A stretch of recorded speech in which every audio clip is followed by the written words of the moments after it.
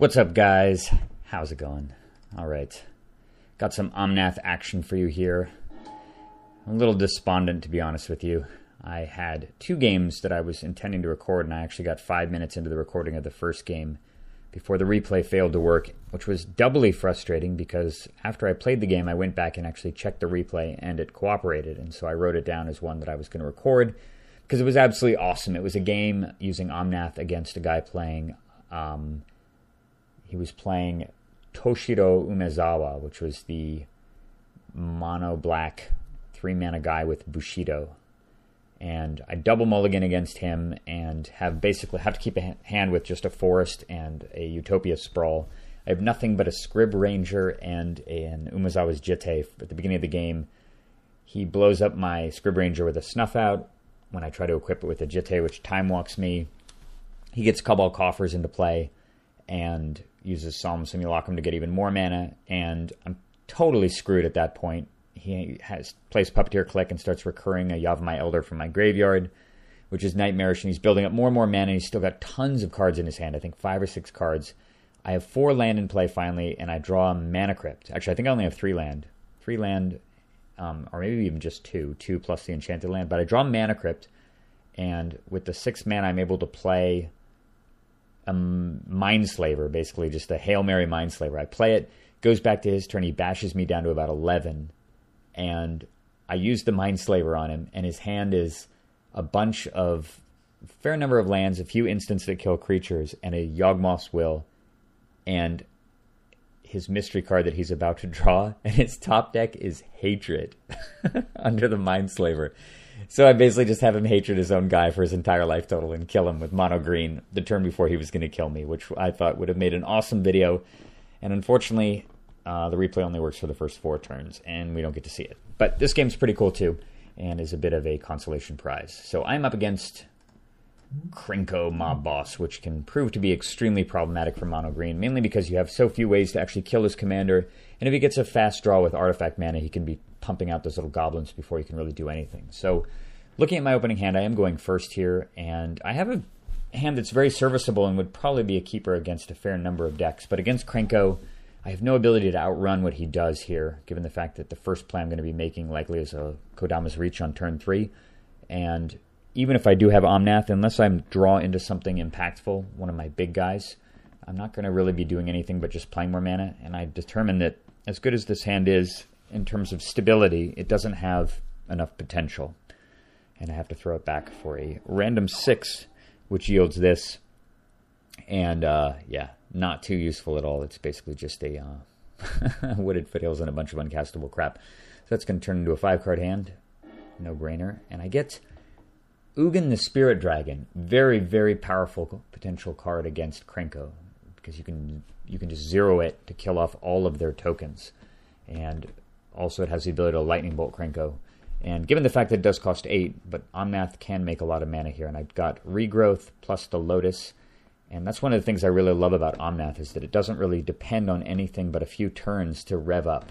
And if they're not able to kill it, and Mono Red is not very good at killing a big green creature, they have very narrow range of things, including maybe just Chaos Warp to deal with it.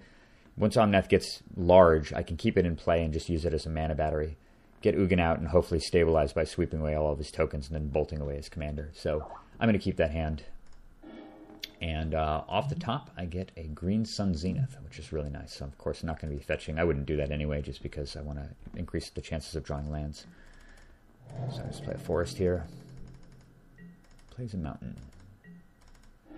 Good. No, I'm very glad he doesn't have a second mana source.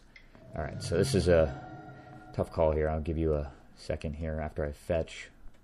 So I'm going to Zenith here.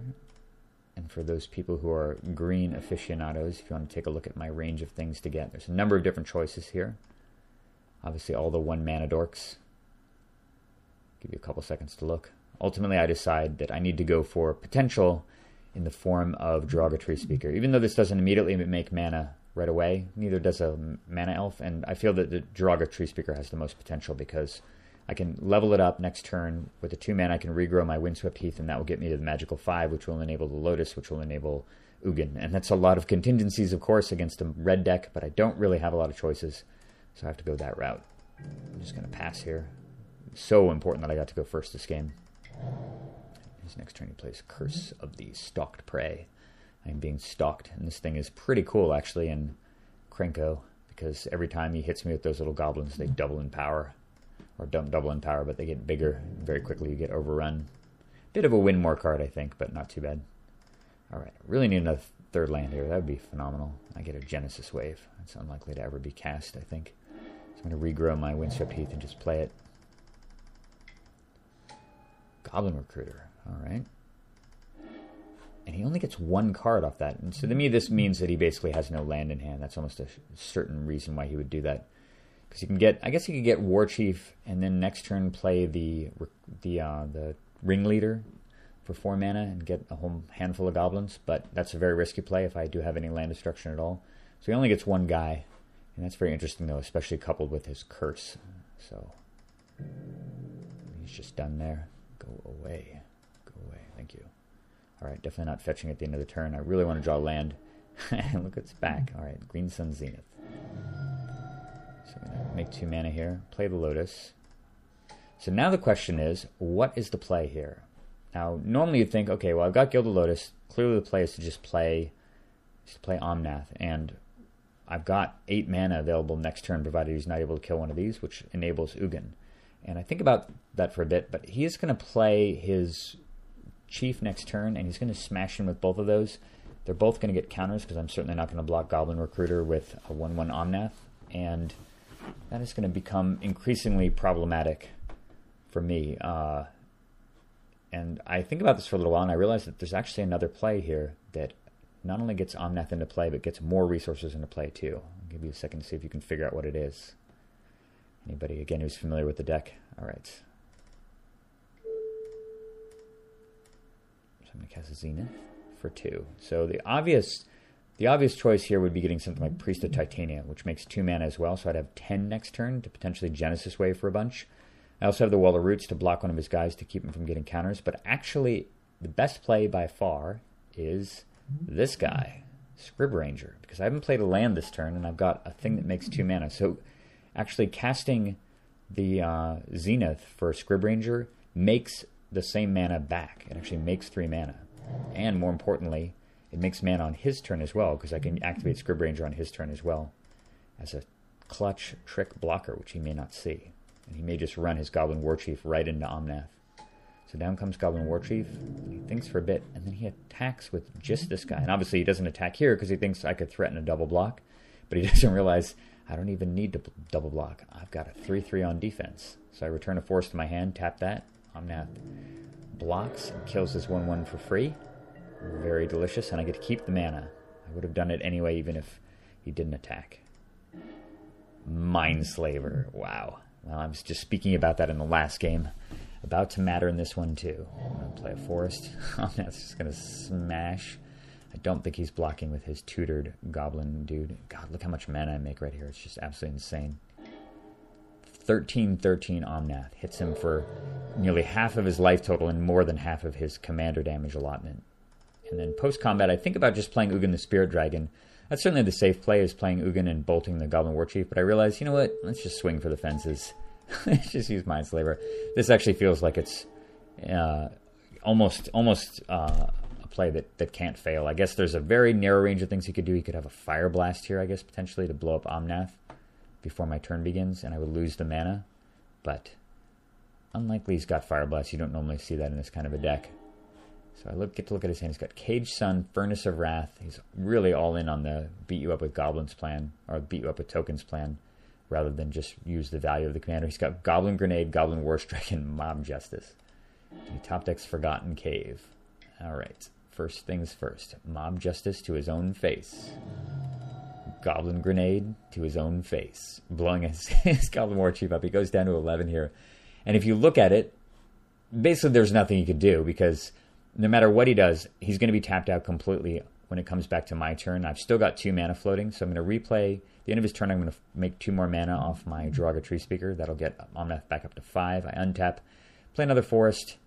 I tap both my forests for to get up to 7 mana, or to 7/7. Add 3 more to become 10/10, add 2 more to become 12-12, and then 1 more use of the Geometry Speakers of 14-14 to mash away his, well, not his last life total, but at least to mash away the last of his commander damage and kill him. And realizing that once he grenades himself in the face, opponent scoops it up in a mercifully short game of mono green versus mono red. I thought this was a super cool game just to come back from the mulligan down to 5 cards going first, and just to have Omnath serve up so much beating so quickly was pretty glamorous against a generally problematic mono red deck. Hope you guys enjoyed that game. I'm going to go back and see if I can fiddle around with the other one, the one that I mentioned with the Mindslave Return, to see if I can get it to work. I don't have high hopes for it, but hopefully I've got some other games to come. I certainly have learned one thing about the interface lately, though, and that it's so, I don't know, it's so inconsistent in terms of the replays working that even when a replay works now, it can often break within a day or two. It's just despicable. I don't know what to do. I mean, I imagine they're just devoting all their resources these days to Arena, so they're probably not even working on fixing any of the old bugs with Magic Online. We can hope, right? I'll continue to bug them. Anyway, thanks for watching. See you guys soon.